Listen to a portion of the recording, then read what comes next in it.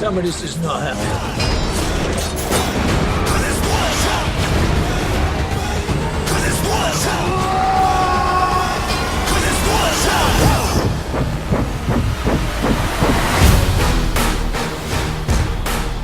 Welcome to the Explosion Network's review discussion, spoiler review discussion, specifically for Fast and Furious presents Hobbs and Shaw.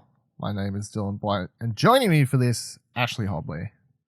Hey Dylan, excited to be here to talk about Tyrese Gibson's favorite film of 2019. That's a funny thing. Did you see what he actually posted on Instagram? All that stuff? No. He went on Instagram and he was like, see, it didn't do as much money as the real movies. Come on back to the real family. We'll show you how to make money. Like, he was posting something to us like, Tyrese, just shush, please. Just Tyrese, just zip it, shush, please. No one watches those movies for you. You're finding them, but no one is watching them for you. People are watching this one for The Rock, all right? Just Actually, I would argue Tyrese is the person people are least excited to watch. Yeah, exactly. Anyway. Like, they might actually see, more people would see the movie if Tyrese wasn't in it. Well, did you ever watch that documentary, the Dr. Dre Interscope one that's on Netflix? It's like 4-part doco thing. No. A, watch it. It's really quite interesting. But B, also when that Dr. Dre thing was happening, the Beats deal or whatever, that nearly didn't happen because Tyrese was with Dr. Dre and he posted a video on Instagram, being like, this man's about to sell the whole thing to Apple for $1 billion. Like, he was drunk and partying and whatever else, and he leaked that thing on Instagram, and he was the one that leaked that information. So it's like, Tyrese is just known as someone who... There's a problem. Stuff happening there. Anyway, Fast and Furious presents Hobbs and Shaw. The synopsis for this film is Lawman Luke Hobbs and outcast Deckard Shaw form an unlikely alliance when a cyber-genetically enhanced villain threatens the future of humanity. This movie is the first spin-off to the mega popular Fast and Furious franchise, which up until at this point currently has 8 movies, with the 9th. The funny thing happening of this, everyone keeps wondering if, of course, The Rock and Jason Statham are going to turn up in Fast and Furious 9. They probably not, because Fast and Furious 9 was shooting as this movie was releasing. It's shooting right now is what they're doing. So, yeah. But this movie was written by Chris Morgan, who writes all the Fast and Furious films, along with Drew Pearce, but it still says based on characters created by... what's his name? I forget. Gary Scott Thomas, sorry. Which I'm like, did he create any of these ones, really? But anyway, nonetheless. And it was directed by David Leitch, who previously has done Atomic Blonde, co-directed somewhat the first John Wick, and then most recently did Deadpool 2, is who's behind this one. And I think this film definitely is a lot more in line with Deadpool 2 than anything related to John Wick. I've not watched Atomic Blonde yet, but I did buy it this week, so I'll get to that soon as well. So, Is that on a streaming service? Anyway. I don't think it is. We'd have to look it up. I'm a massive Fast and Furious fan. I think that's a well-known thing. I love these very silly movies.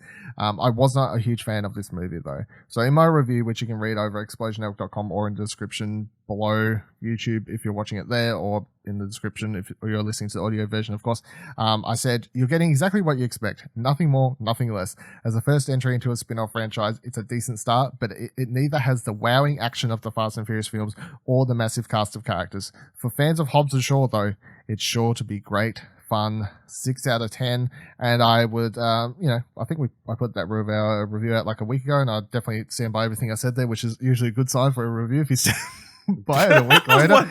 That's kind of the point. It's kind of the point, I guess. But I mean, I walked out a little bit disappointed for this one. I was looking forward to it. I legit was like, this is going to be good. I'm getting some Fast and Furious action this year, and it was I would say it's one of my, if not the biggest disappointment for me this year. I don't usually get super excited for most, I don't know, I get, try not to get too excited, but this I was like, yeah, this is going to be a fun, silly, great movie. I'm going to have a great time. I did not have a great time. But what did you think, and do you agree with what I've said there for this one, Ash? Yeah, I think you hit a lot of stuff on the nail on the head.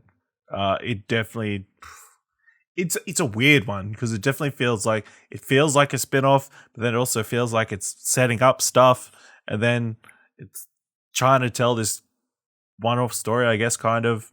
They're introducing a bunch of people who may or may not be important going forward. It's a bit of a mess. And then it just didn't. It was just missing stuff. Yeah, like something was missing. Yeah.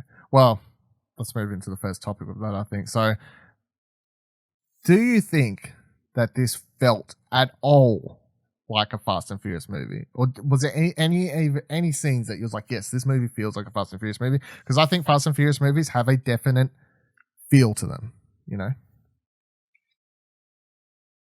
I mean, there was that one car chase sequence. is that it? That's the only time it really felt like yeah, that and the other car sequence at the end also felt very Fast and Furious. Like, got more progressively ridiculous. Yeah, I would actually say the car chase at the end where they're all linking up to get the chopper down felt more Fast and Furious than the car chase where they're all in that, which by the way is ridiculous because the Rock's squeezing into that tiny Lambo or whatever the hell it was, I don't remember, but that was quite ridiculous, obviously. But that scene, I think that chase was ruined for me because of the sci-fi bike stuff. Like, it just had no... Oh man, that bike. I hated it. It's crazy.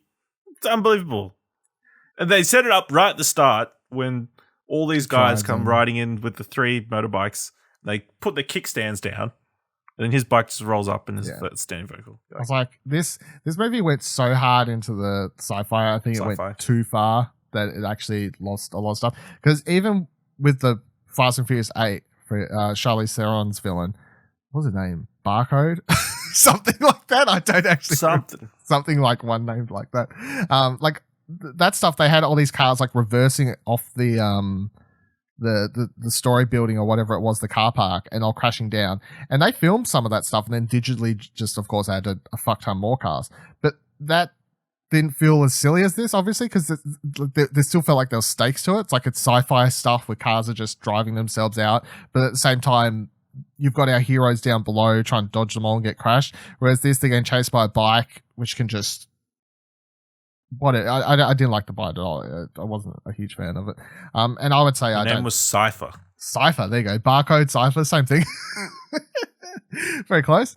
I don't think this felt like a Fast and Furious movie at all. And I guess that it begs the question of, should it have felt more like a Fast and Furious movie, or do you think it should have been trying to kind of stand on its own 2 feet? Because I would say it should have tried to feel more like a Fast and Furious movie, because it's Fast and Furious presents Hobbs and Shaw. You know what I mean? It's a spin-off, but at the same time. Yeah. I feel like either you stay more true to the Fast and Furious thing, or you just go completely different. And it felt like this was trying to beat somewhere in the middle. Somewhere in the middle, yeah. That makes sense. Because, Fast and Furious, it's all about family. It is. And there was, like, so much family in this. Yeah. Like, they're constantly people related to each other. That felt like the most Fast and Furious part of this, I guess, was the fact the message of the film is, sure, you might be related to people, but they're not really a family. Yeah. But the thing that works with the main movies, and the reason, like, is everyone likes to joke about the whole, like, it's about family, and Toretto always going on about it. But the reason it works in those movies is because you had several movies before that whole Toretto thing. Well, Toretto was introduced as someone who had this family, right? He had this family of misfits, and there's a barbecue scene in the first movie where he says, like, makes them all say grace, and he introduced this character of Dominic Toretto who cares for this misfits like they are his real family, and like he's grown up with them and whatever else. So every movie after then, whenever that character talked about family being important to him, you kind of believed him because they drilled it into, and you got introduced to that character in a rather serious way. The first movie's rather serious, it's just a general street racing character movie. It's Point Break but with cars. Everyone knows how it goes. So then by the time you get down further in the movies, and he's telling Brian it's all about family and all this sort of stuff. If you've been with the franchise, it makes sense for that character and why it's all working, and the whole family aspect of stuff makes sense there. Here they're like, we're going to introduce a sister for Shaw because family, and because we introduce a sister, we get to have some like drama, well, not drama, but like family stuff to do with him. Like at the end, they both go see his mum in prison, family stuff. Then we're going to introduce the Hobbs' family in this one, who of course he's had problems with. He ran away when he was whatever age, and you get to meet his mum and his brother, and they've got heated history, and they all have to make up. It's all about family. Brings his daughter there at the end of the movie. It's all about family, but none of it felt like, I wasn't like, when his daughter comes, I'm not like, I'm so emotional over this. I was just like, whatever. I don't really care. Just whatever. Because I didn't buy it. Not enough time. Not enough time with these characters, really. It's like, hi, you're his brother. Okay. Yeah, we had arguments. Moving on. All right, cool. Whatever. Got to get to the next action scene, I guess. What do you feel about David Leitch? Or Lech? How do you... Is it Leitch? Leitch? Yeah, I feel it's Leitch. So this definitely feels more Deadpool 2, but at the same time, do you feel he's suited for this sort of like comedy action stuff? Do you think he's done a good job with it, or? I don't know. There was nothing really standout or signature-esque about it. Nothing felt like any of his previous work. I mean, there was none. There was a little bit of the humor, obviously, from Deadpool 2. Obviously, that might explain why a certain person shows up at the start of the film, now that I'm thinking about it in hindsight. Yeah, it's all coming together. Yeah. I mean, there wasn't anything too flashy. I mean, I like the sequence at the start where they're sort of living parallel. Yeah, that was cool. lives. But it's like the rest of the movie could have used that same sort of visual flair.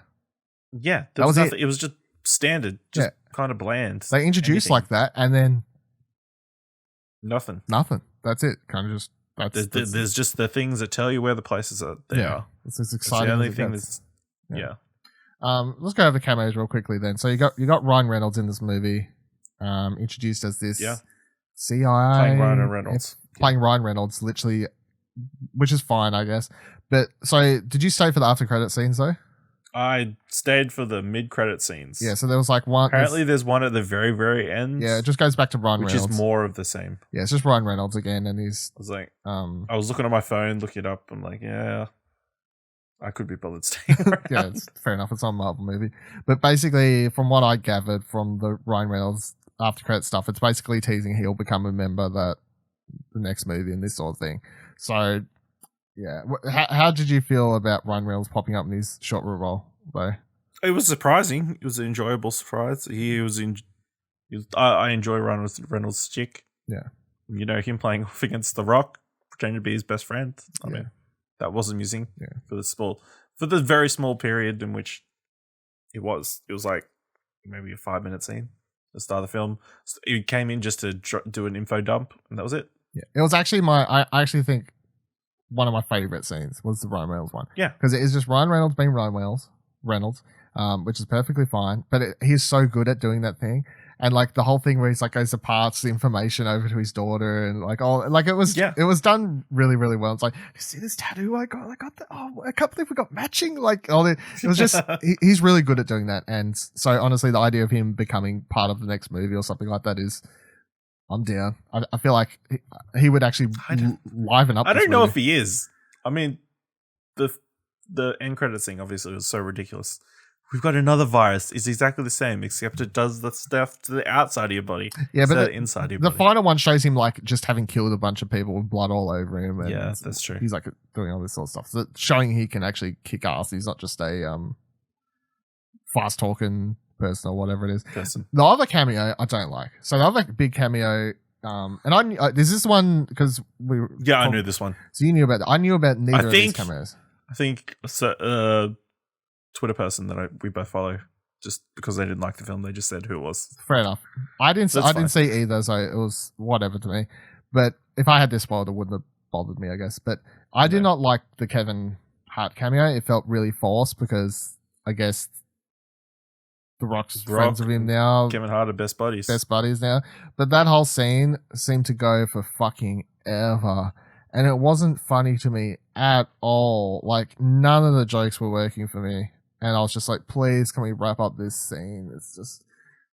Well, it was so one note. But it's so painful now. Just move on, please. Yeah. So, that's how I feel about the Kevin Hart thing. Do you have anything else to say? No, yeah, it was just one note and just, you know... Hey, small and we're big, tough guys. Yeah, the usual. We've heard those jokes a million times before. Look at the contrast. Yeah, we've seen them. Like, I've watched Central Intelligence. Like, I've seen the fucking... Yeah. I've seen these jokes. It's fine. Whatever. The Rock's a big muscly dude. Kevin Hart's a small, non-muscly dude. Good the fuck go. Okay, moving on. All right, so next thing I want to talk about, because I have to, of course, is #Justice for Han, which... What are you shaking your head about? So that was Hashtag it was an accident. shut up. That was one of my major problems with the Fate of the Furious was that we had this character Shaw, who we learnt in the after credits of Fast and Furious 6 was the person who actually killed Han. They kind of retconned the whole Tokyo Drift thing, and then we have Shaw come in as the villain of 7 and blah blah blah blah. And then Fate of the Furious, they all of a sudden it's like, oh, Shaw's out saving a baby, and they want you to like the character and be okay with him. Except for that whole baby saving sequence, which I think is shot really well and it's put together really well, and whatever else, it would work really great if I wasn't sitting there watching it going, this guy murdered one of my favorite characters, if not my favorite character in this whole fucking franchise, and you want me to be okay with this? No.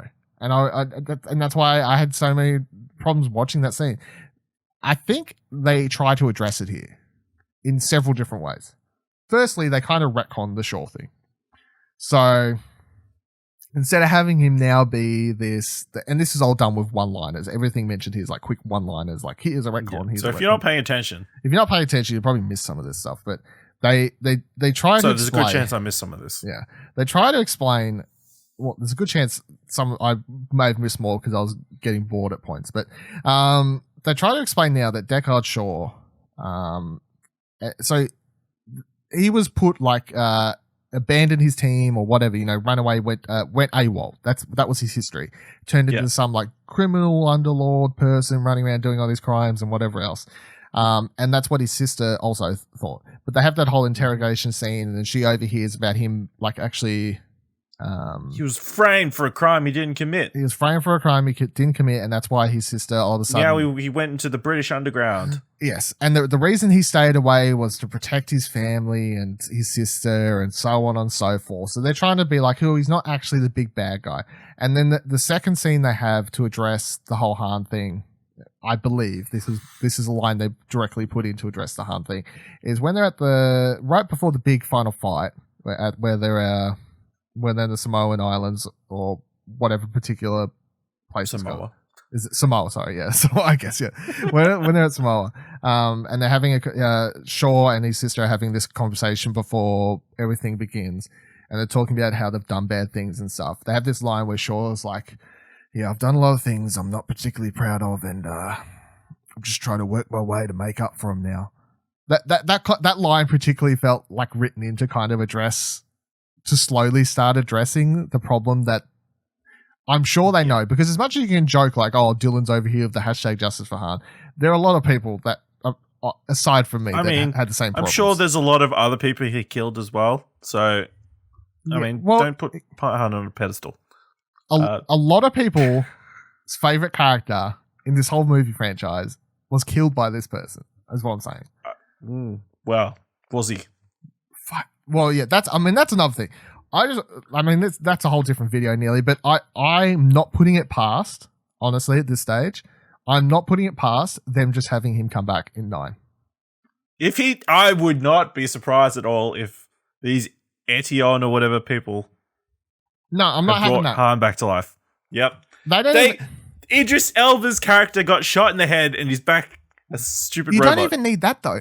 Let's think back. Letty was shot in the head. Yep. She came back. Was she shot in the head? She was shot in the head. The first time you see her shot, you see someone come up, walk up, shoot her in the head. And then I can't remember how they downplay it. They're like, oh, it just skimmed her head. And remember, that's how she gets amnesia and she can't remember who Dom is and all this sorts of stuff. And he tries taking her to it. Look. I thought she died in a car crash with the flipping thing. No, yeah, but then someone gets out and like shoots her. She survives somehow. That's the history. Sure. So can the best character in the franchise, Han, come back? Probably. Sure. He popped out of the car after the car crash. Called the safe. He's been hiding since. Deckard was walking the other direction. Yep. Didn't look back. The car accidentally exploded.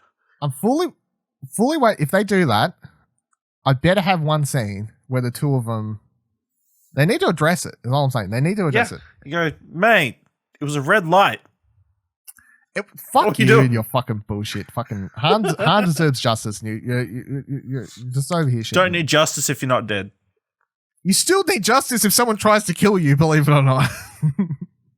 He was illegally driving in Tokyo City. He was chasing the bad guy. Anyway, let's move off the harm thing because I could spend pretty much an hour talking about that. But we get more Hobbs. And a predict and a credit scene for the inevitable sequel to this film. Well, is Han showing up. So we get a lot more of Hobbs's backstory in this movie, as I was just saying before. Just moving on. We get a lot more of Hobbs's backstory in this one. What did you actually think of all this Samoan stuff, though? Did you think it fitted well within the character and within the film? Like, was it cool to see? Did it suit Hobbs as a character? How did you feel about everything? Do you think they used it well? I know his real life cousin or whatever it is, a wrestler, whatever his name Roman is. Reigns was his real life cousin was in it. Yeah. Interesting because he was battling leukemia at the time. I assume, by the time of filming. But yeah, it was fine. Felt a little bit stereotypical from what I've seen of Pacific Islander families, that sort of thing. Especially the mother character. That felt a bit over the top, a bit, beat you with the shoe, and they're just the voice and that sort of thing. But yeah, overall, pretty good, I guess. So he's got to be like 40 something then? I guess so. If he's been away for 25 years? Yeah. Okay. He's got a daughter and whatever else, and she's like fucking 10, 12, whatever she is. So I know. Yeah. I mean, I don't think they was ever trying to play him out like he was a 20-year-old. It sounds like he was a good guy. He stopped them from a life of crime. Yeah, but why are they so upset? They got no money. He's doing the right thing. Got no money. You know what I mean? I honestly feel the only thing that disappointed me about this, because obviously we saw all this stuff in the trailer and stuff. I don't feel like they used it as well as they could have. Like here's an opportunity to show place and a culture and a history, and it's not the franchise for it, sure. Yeah. But at the same time, I feel like since you're already going there and you're doing it, probably could have just done it a little bit better. You know what I mean? Like, what do we basically get? A montage of a bunch of people working on fucking cars and technology, and then the fight stuff where they're all what's the proper word for it? The dance, the ritual, the haka, yeah. Oh. That, which I feel like is the cool to see, sure, but I feel like I wanted more, as I'm saying. Like, and even just showing the island, it's like, is there more like towns or places we could have gone, like to show off the, so I was just left a little bit disappointed because we saw a lot. Basically, what we saw in the trailer is what I got in the movie. Is what I'm saying. Yeah, it's interesting the high level of suspension of disbelief that is required in this film. Because you have to believe they've created guns where you need to have freaking fingerprints. Purely so they can have this freaking fight scene at the end where they can't use guns. Yeah, well, they got to the end of the movie and then Chris Morgan was like, fuck. Turns back a couple pages. She picks up the gun and its fingerprint scan doesn't work. Yes, I've solved my problems. Goes back to where he was writing. There's no first, second, or third draft of these movies. They just write on the Also, we need this device, this one-of-a-kind device to be fixed by an auto mechanic. Yes. So we have something to do here. Yeah. Yeah. I felt, there's lots of things like that. One of my favorite things, though, for this movie is Vanessa Kirby. I believe that she is the star of this movie. And I would watch a sequel all about her character, pretty much. Because she was the most, and I think this is saying a lot, because obviously The Rock is one of the most charismatic action heroes leading movies today, right? The reason he brings in the box office and people like him is because he's a huge action star with presence that can do like comedy and serious action stuff and like scary dude or whatever type of action person you want to be, and he's quite a presence and he's really quite charming when he wants to be. And I think the fact that Vanessa Kirby, I found whenever she was on screen to be the person I was watching the most, like performance wise, she was just very charismatic, I felt, and she was very kick-ass as a character. I thought she was the standout character of the movie. She steals the absolute show. Did you feel the same? Or yeah, I feel like she was. Well, she's a breath of fresh air in the show. So, in the movie, so in the franchise, really. So yeah, she was really good. I think the interrogation scene with The Rock. It's probably one of the highlights, just for banter back and forth. And then before that, even the fight scene with that On the as well was pretty good. Yeah, where they're fighting out near the water or whatever it was, where he captures her. Yeah, she was. Yeah, I just feel like when you got she's especially stands out when most of the movie is Jason Statham and The Rock having these back and forth, very macho, balancing how big is your fucking tough guy conversations, and then she just comes in and she just feels like such a breath of fresh air within it, and it's really great because I haven't watched her in The Crown. All I know her from was the last Mission Impossible movie where she played the White Rabbit, and she's in that movie briefly, but she stood out even in that scene there because she played off Tom Cruise quite well, and she kind of left you wondering if that character would come back for more. But now seeing her in this, I'm like, she should be an action hero. Like, she should be. I hope she does another action movie after this. I hope she continues in this franchise or does more, because she just done well at all of it. Like, she sold the action stuff, and she was just quite charming, and absolutely enjoyed her. And the only reason I'd rewatch this movie is to watch for her, basically. Everyone else was kind of boring and whatever. Hobbs and Shaw, whatever. Sick of you arguing. Shut the fuck up. I'm sick of shit.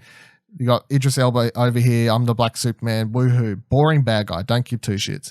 She was interesting. She had a story. She basically saved the world by injecting a fucking thing into her hand, which was quite dangerous, but she did it to save the world. You know, like, she's the hero of the whole fucking thing. I wish she could have even got more, I wish, but there we go. All right, so wrapping up, a couple of things to go over here. Firstly, where do we think this franchise is going, and do we think it's going to tie into the Fast and Furious franchise as a whole, I guess? So we get this villain tease throughout this. I suppose it's someone behind a voice modulator or whatever. But they reveal that they know Hobbs, or Hobbs is supposed to know them, something along those lines. It's Hobbs' dad. It'll be fucking something like that, won't it? Yeah. It'll be something like that. Because, you know why? Do you know why it's going to be Hobbs' dad? Family? Yeah. It's about family. Yeah, it's about family.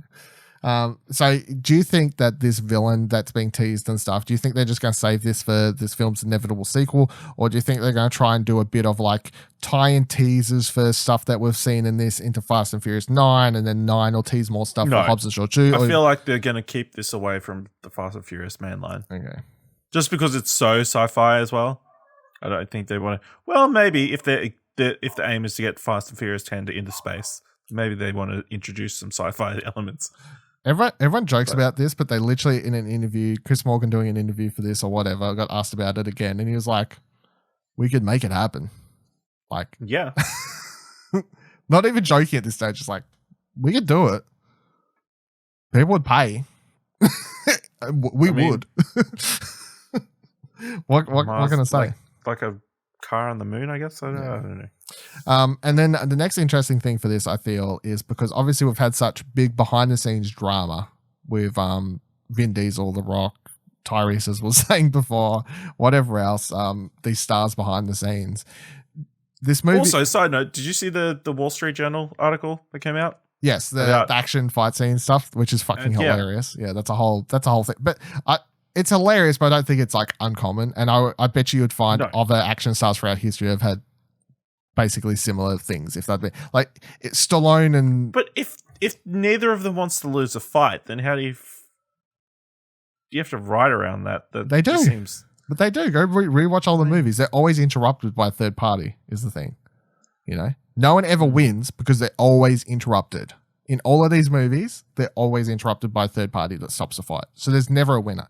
You can never walk away going, Vin Diesel won that fight, The Rock won that fight, etc. Nope. They're always left to do what you need to do.